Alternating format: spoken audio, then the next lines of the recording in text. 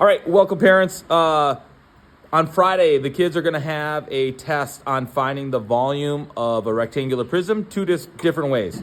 So here is a rectangular prism, right? The base is what it's sitting on. And you can see the base is a 5 by 4, all right? So the length and the width, 5 by 4, and the height, there's two layers. The height is 2. So there's two ways that we're looking at the volume. First, and the test on Friday will be very similar to this. It's just the numbers for the length, width, and the area of the base will change. So the first way to find the volume is taking our length times our width times our height. And the second way is finding the area of the base.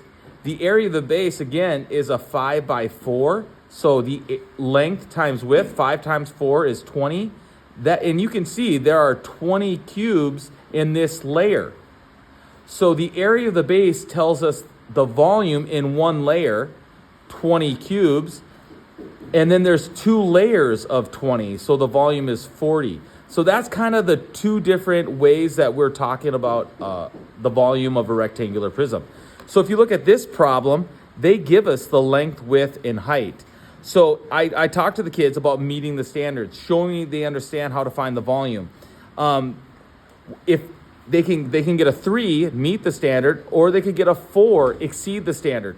They can also get a 2, approaching the standard. They're not quite there yet.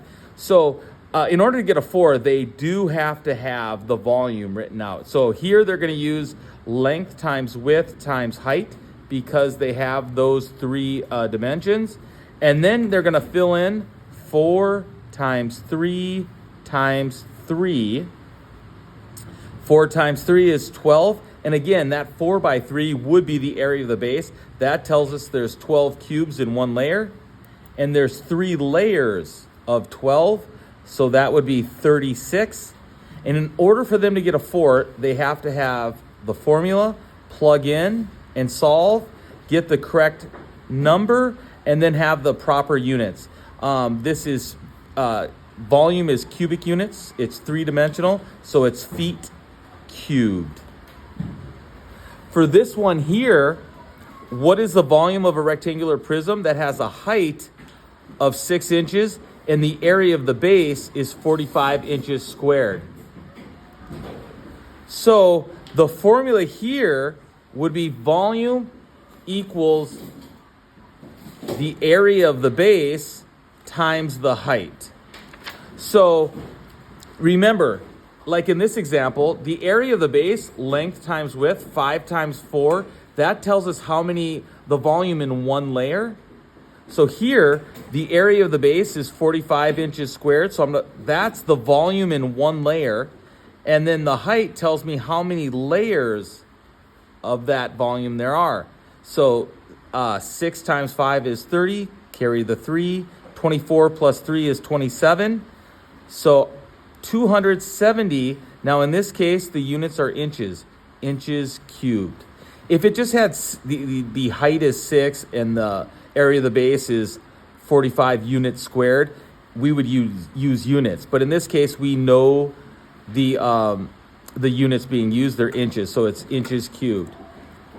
In this final problem, you could see that they have the height is 7 centimeters, and I can see the base here. It's a 12 by 4. So here they could really they have the length, width, and height, so they could go that direction. They could say volume equals length times width times height, which is equal to 12 times 4 times 7. Or they could use volume equals the area of the base times the height. They could find the area of this base, length times width, is 48 times the height. So again, they would do this. They would get to that point, 48 times 7, and then they would get 7 times 8 is 56, 28 plus 5 is 33. As you can see, this is just another concept that requires multiplication. This is why we continue to stress multiplication, because on probably 85% of the concepts being taught, you'll use multiplication in some way on that concept, and this is one of those places.